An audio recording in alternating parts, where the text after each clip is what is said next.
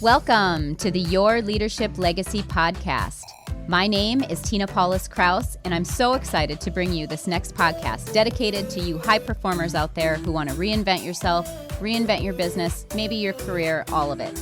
This podcast is all about being dedicated to transformation and being the best possible leader of yourself and others that you can be in order to create a legacy that lives on. Welcome to Your Leadership Legacy. My name is Tina Paulus Kraus. I am the founder and CEO of True You Teams. And here we go.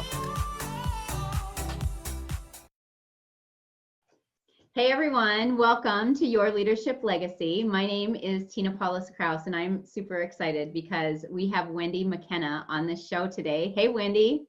Hi Tina, how are you? I'm good. How are you? Good. I'm so good. Awesome. Let me quick read your bio because you're so amazing, and I want everyone to know how amazing you are. And then I want you to give us a little bit of background on you. Good? Yeah. Awesome. Okay, so Wendi McKenna, DPT, which is, what does DPT stand for? Doctor of Physical Therapy. That's what I thought, but I wasn't going to say that unless I was sure. So Doctor of Physical Therapy, the founder of Move, Play, Grow, Transforms Lives. As a mother, wife, pediatric doctor, and physical therapy author and transformational parenting coach, Wendi approaches life from a foundation of unconditional love. And I know that to be true because Wendi's been my coach. So I know that. Wendi empowers parents to support their babies to build strong foundations, one connection point at a time. She turns struggles into opportunities. Moms who want to create a deeply connected family hire Wendi to help them lead with love, land their love, and nurture their blossoming children into who they are meant to be, which I think is absolutely beautiful. Wendi believes that being a parent is the most precious opportunity to grow into ourselves and share the gift of life. And she stands for all babies and children and parents to be seen, understood, honored, and loved. And she can't wait to welcome you into her family. So welcome, Wendi. Thank you. So good to be here, Tina. Yeah. So tell us a little bit about what you've got going on. You just recently opened a whole new center. I know that. Yeah. So I know before we were talking a little bit about kind of like where I even got into what I'm doing right now from my medical background, right? So I've been a doctor of physical therapy now for 20 years. And what got me into that is exactly what morphed me into where I'm going right now, which is basically my belief that whatever challenge or trouble or frustration or hair pulling out moment you've got, the answer, the solution lies in connection and in movement. And without those two things, you're missing a huge opportunity to, again, create these obstacles into opportunities and to, have the life and the family that you envision. Yeah. And so what got me into physical therapy in the first place, just very quickly, was I was an athlete and I got injured a lot. And there were so many times when I was unable to move. And when I was unable to move, it was like my whole world came to an end. And it's just like, no, you've got to have movement in order to not just survive, but thrive. And so I found other ways to move while I was injured, but, then fast forward. So I always thought that I was going to work with athletes because I was an athlete. As an injured athlete, I was like, I get to get them back in the field again, back on the court again. And back for me, I was a rower, so back in the boat again. And, but then I had the opportunity, and when opportunities come along that seem out of left field, one of my, I don't know, I guess it's a superpower, is that I live life without blinders.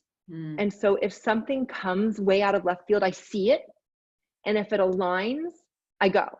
I don't waste a moment. It's like, oh no, even though it's not what I thought it was going to be, it's like, oh, but that makes sense. Let's try that. And so I've always kind of lived my life like that. So I ended up working with a family who had a son with cerebral palsy. Didn't know anything about cerebral palsy. And this was right before I started PT school. So I was going to go into sports. And so that summer, here's a boy. I was introduced to him. He was in a wheelchair. He couldn't walk. He couldn't move around by himself.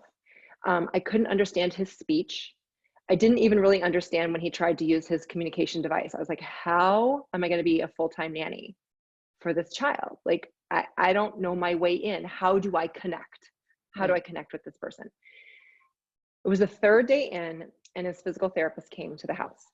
And she took out, at the time, the ghetto blaster. I'm dating myself here. I'm right there with you. I'm picturing it up on your shoulder. Right. It was on the table, but it was big. That's great. Right. And so, you know, she turns the music on and she gets him out of his chair and they start dancing. And I'm like, oh my gosh, it just hit me over the head that like once again, movement is the key to connection.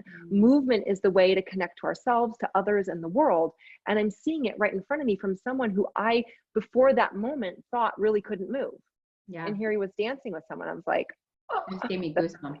that's amazing. And Yeah. so I immediately knew from that point that I was going to go into pediatrics. I didn't even know there was pediatric physical therapy. And so for the next 20 years, you know, I'm mostly working with babies through 3-year-olds. And so there's not a lot of language, right? Yeah. There's not a lot of deep discussions that you can have with a 0 to 3-year-old. You get to have them with the parent sometimes, because sometimes they're too tired to even think about having that. Right. But the language is movement. The language is play. The language is universal because we're not held back by English, French, Spanish, German, like it's all the same. And so it's just a beautiful way to immediately connect. And so the two things, connection and movement, come hand in hand, especially in those early days. So, Yeah. you know, fast forward 20 years, I've been doing that. And then it's like, here's the thing, pediatric physical therapists, occupational therapists, and speech language pathologists are the wealth of knowledge of child and infant development. And yet, for the most part, the only people that we see are those who have red flags, are those who have diagnoses, are those who are at risk for. And it's such a shame because when I became a mom, it dawned on me, even though I was still a deer in headlights, as we all are, just thrown into this brand new life, brand new role, brand new, you know, part of next chapter. Right. I fell back on my training so often. And I realized at that moment, like, it's not, not everybody has to go get a degree in child development. Not everybody needs to go to physical therapy, occupational therapy school to do this. Like, and yet parents are not equipped to really understand their baby, to really know what kind of impact they can have on their baby. And so I started developing curriculums to really bring it down to like the bare bones, like what is it that you really need to know that's going to make the biggest bang for your buck. And so, you know, happy tummy timers, let's play baby, those classes were born, and I started, you know, being and doing all this stuff for the general population. And from there it morphed into leadership work, transformation work, and now parenting transformation. And it's, yeah, and that's where I'm at now. Right. So I have so many questions. So I want to talk about everything you just said in regards to the time that we're in right now. But first, you said something that like really triggered me. You said life you envision, the life that you envisioned always happening. So if I'm understanding what you were saying when you were there, is like we go through our life and we envision what our life is going to be. We envision who we want to be and how we want to be. And that doesn't always happen. So I want to lean into that a little bit. What are some of the reasons, in your opinion, and what you've seen of why that doesn't happen? So my opinion, when we are thinking about having a family, you know, we decide with our partner, you know, it's time to have a family. This is the dream of what our family's going to look like. It's going to, you know, we're going to be bonded, we're going to be connected, it's going to be fun, we're going to have this like beautiful baby, this miracle child that we've you know, we made we made this child. Yeah. And so we get very attached to what that looks like. And so when baby is born and it doesn't look like that, because I can guarantee you it won't. Right. I can guarantee you it won't look like that. We almost need to go through a little bit of a grieving process if we allow ourselves to grieve, that it's not going to look.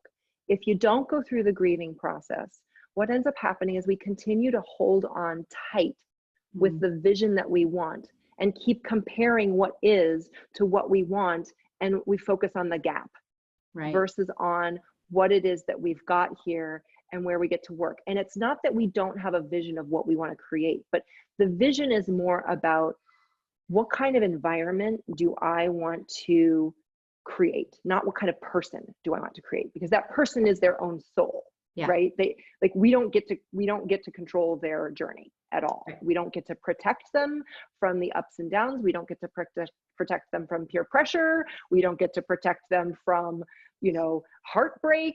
Although we try. That's the thing, is it, but see, we waste so much energy. So talk about being an exhausted parent. We try to protect them from things that we won't be able to, which wastes our energy because we're focusing on something that we can't do anything about. So powerful. So instead, we focus on the environment. So my role, my job as a parent, and my husband and I have talked about this, like, what is our role as parents? Really, what is it that we're doing here? Yeah. It's to create a safe space so that our children know that they are seen for themselves, understood at their level, honored for whatever process they're going through, and that they feel the love. And so when I say that, what I want, what that looks like, is a teenager who's willing to come to mom to say what's going on in my life. Yeah. It's a 2-year-old that feels free to have a tantrum without somebody trying to stop it. Yeah. It's the 7-year-old who can come home from school and give you the worst behavior because they've been holding it together all day long to be good, and they just need to let it out, and have a parent who honors that in the moment rather than going, you don't even appreciate me. Yeah. And then there's a big fight that comes after it and everything. And then there's a big fight that comes after, because we cannot control their journey. We can just create the safe space for them to be who they are and hold the vision that they get to be generous and kind and willing to be a team player. And if it doesn't happen right in the moment, trust that it's going to. Right. So it sounds like, from what I'm hearing, you and your husband have really done some like focused, intentional work to, I mean, it almost sounds like that was like a mission statement, right? Like a family mission statement that you said. And so talk about the process that you guys went through as a couple, like to get to here's where we align and here's how we want to raise our kids. Because my guess is that most people don't have that conversation, and it feels super important to have that conversation. Yeah, well, and in reality, it started with the bottom, the rock bottom. And a lot of times these things do start with the rock bottom. And for me, I started it, and we were having challenge with my oldest, and I found myself in a child psychologist's office, just she and I talking, and she's asking me about what's going on, and I'm crying, you know, and she keeps asking me questions, and all I could say was, it just makes me sad. It makes me feel, you know, hopeless. And I couldn't come up with other words. And she's like, go deeper. Like, what is it really bringing up? And I'm like, I'm looking at her like deer in headlights. I had no idea what she's talking about. And then like, there was a moment where her expression just shifted, and it was like, oh, I get it now. And so I'm like, what does she get? Like, I knew that there was a shift in her. She turned around, she opened up her desk drawer, pulled out an 8.5 by 11 sheet of paper, handed it to me. It's called the feelings wheel. Wendy, you get to go home and you get to look at these 122 feelings and know what they are. And it was at that moment that I realized that I was an emotional desert. And I was doing the very same thing with my child. And if my child really wanted to know herself, trust herself, and be herself, that she needed to understand all the feelings that she was going through, all of the emotions. And therefore I needed to, because I didn't even understand. Yeah. So I had to do the work first. So I dove in, and then I'm like, honey, we get to do this together. And so we both did a very deep leadership program, you know, a 90-day, you know, go deeper than you ever thought you could before. We did it together. I was a yes from day one. It took me 7 months to enroll him to do it with me, but we did it together. Awesome. And from that day, we had a common language that we could really dive deep on what it is that we really want to create in the home. And at the core of it is unconditional love, which a lot of us throw around. Yeah. That of course we give unconditional love, but our kids don't feel unconditional love. Right. They feel love with conditions. Yeah. They feel love with conditions. Right. So, so we really, and it's hard. It's really hard. So that's why you have to be intentional about it. You can catch yourself, because when you're starting to be conditional, you're like, oh, stop, pause. wait a minute, this isn't working, you know? So, but it does, it takes intention. And, Right. yeah. So as you work with the kids, I mean, do you find yourself working with the parents just as much? Oh yeah, Because of that absolutely. reason? Yeah. Absolutely. And sometimes it's working with the kids first, and sometimes it's working with the parent first. I just read the situation, and I have programs for both. Yeah. So, but for the most part, and one of the reasons why I love being in pediatrics over the last 20 years is that, you know, my husband's also a physical therapist, and he works with adolescents and adults. So for the most part, it's just one-on-one. But for me, I love the complexity of the relationship and of all of the moving pieces. And so it's never one thing that gets to change. There's lots of shifting that gets to happen, and there's lots of give and take, and a lot of grace, and a lot of learning. And I love being a part of people's journeys because, you know, over the years, I've been invited into the most sacred and intimate and vulnerable relationships for so many families. Like, I'm a part of their family, and it's such an honor and a privilege to be in that position. I love it. Yeah. I don't know. So I don't know if this will resonate or not, but I want to just say it because it's on my heart. But like a lot of the times, and especially probably now, people out there struggling, right? Everybody's in their homes.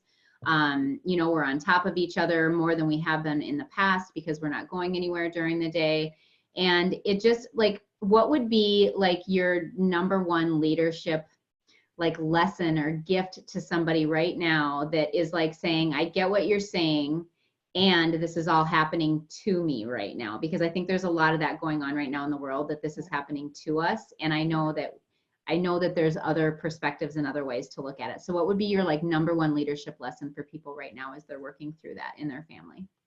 Well, first of all, it's a shift, because, and I actually just did a live on this not even an hour ago, that all of this is happening for us, not to us. All of this is happening for us. And so even just like, what does that mean to you? That shift of that one word from it's happening to me versus for me. What possibilities does that bring up? The other, and then the other part of that is I'm going to go back to connection and movement, because really, no matter what, that's the core of where we go in order to move past the thoughts, the reeling, the spinning, and all of that. So when we connect with this is happening for me, there are certain things that are working, and there are certain things that aren't working. They're not good, bad, right, or wrong. It's just that, okay, this is happening for me. It's here to help me look at and see and acknowledge the things that are really working. So I get to make sure that I'm patting myself on the back and taking advantage of all the stuff that's working. And lean into that. And the stuff that's not working, I'm not going to beat myself up over it, but I'm going to give myself that opportunity to shift it. And so the ninja power, the ninja move with all of this is to take it neutrally. It's all neutral. It's all neutral. It's just happening right now. The story that we make up around it is our choice. So let's choose a story that's empowering and inspiring and brings your energy level up, because no matter what, there's a coronavirus. There's COVID-19. My daughter was tested a week ago because she had symptoms. And, you know, whether or not your kids have needed to be tested, like we haven't gotten results yet. And so the thing is, we have to assume that we're positive. Right. Like, so we're even one level up, which means that like my husband and I can't see patients, even though it's essential. Right. And so we're on, so how is this happening for us? Well, we're really all at home connecting. We get to see where the connections really work and land, where my love lands with my kids, and where I get on their nerves. Because it's not just about them getting on my nerves. I get on their nerves. And I know if they're triggering me, I'm triggering the heck out of them too. And so, because it's just a mirror, and it's like, okay, this is happening over and over again. How can I shift this? And sometimes I can shift it in the moment. This is where team comes in. So when you have, you know, if you're not a single parent, and you have a team player there, a partner, or a spouse, or whatever, when you're on the same page, I can go, hey, honey, like, you take this one. Because I'm not landing with them. Like I'm like, they just slam the door in my face. Right.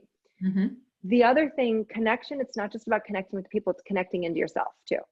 So yesterday I was feeling the feels. We're all feeling the feels of 360 degrees. And I was at my wit's end. And normally in the past, I would have just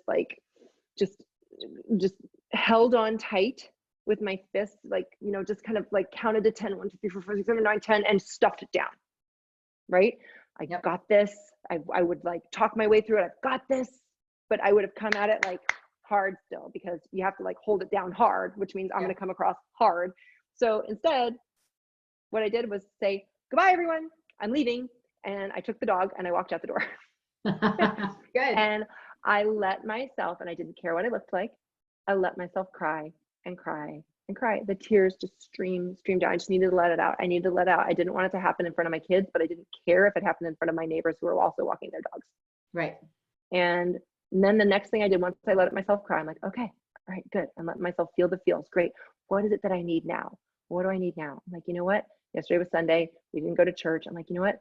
I'm going to go find a sermon. I'm going to go find a sermon, and I'm going to find it. And I know it's just going to, I trust, this trust is huge. I trust that it's going to be the right one at the right time. And lo and behold, found a sermon, listened to it on the rest of my walk. By the time I came back in, 45 minutes later, I was a changed person. Right. Because I connected into myself, let myself feel the feels, took action on what I knew that I needed to, and then my cup was full again so that I could show up for my family the way they needed me to show up, and the way that I knew that my love would land. Yeah, so powerful. It's like being your own best coach, right? Yeah. Really about being your own best coach. So Wendi, the name of the podcast is Your Leadership Legacy. So I'm curious to know, I ask everybody who's on at the end, like what is the legacy that you aspire to leave? My legacy is that my kids get to know that they are perfect and enough as they are, who they are, and they have a special gift to give to the world.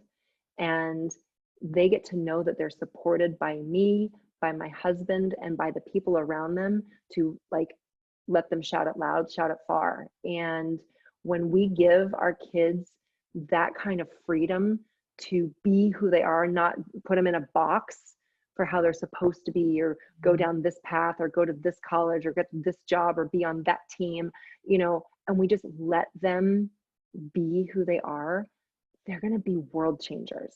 Yeah. And so, you know, that's my legacy, is that my family gets to be world changers in their way. And if their world changing is just with one person, great. Yeah. And if they want to go out there big and loud, great. It's all how it's supposed to be, because I've given them that space to be who they are. Yeah, that's beautiful. Beautiful, beautiful. Thank you so much for being on. So where can people find you? So my company's name is Move, Play, Grow. And so I have a website, I've got a Facebook page and Instagram account and LinkedIn, all under Move, Play, Grow. and one of the things that I really love to talk to parents about is when connecting, because we talked about connection being one of the things. Kids connect through play. Adults have forgotten how to play. Oh my goodness, it's so true. So one of the things that I love to teach is play. And believe it or not, you're already playing and you don't even know it. So you get to start acknowledging it. But much like, and I'm sure most people here have heard of love languages. Mm-hmm. You know, we've got the 5 love languages. Well, there are also play personalities. And so I have a handout that names the 8 play personalities and describes them so that you can see where you fall in, where your kids fall in, and where you get to grow into. And it's really fun because play is the #1 tool to connect with your kids, no matter what age they are. Awesome. So I'll leave that link down there too. Awesome. Yep. We'll put that link in there. And it's on your website as well, right? That one might have to go through your specific link. It kind of depends. Yeah. Cause we have a different pop-up page on our website. And so it may not be the play report. Okay. So, but I want to make sure that they have access to the play report too. Yeah. All right. Yeah. All right. Thank you so much. I love you so much. You, love you too, Tina. Yeah, you are just such a bright light in the world, and how you're helping families and children and just everybody in between kind of move through this is amazing. And I just want to thank you for everything that you do in the world. Thank you, Tina. Thank you. Pleasure being here with you all. You bet. Absolutely. All right, you guys, thank you for tuning in, and we'll see you next time. Bye. Bye. My name is Tina Paulus-Krause, and I thank you so much for tuning in. I hope you enjoyed the show. Check out our programs and events at trueyouteams.com. And until next time, make it an amazing day.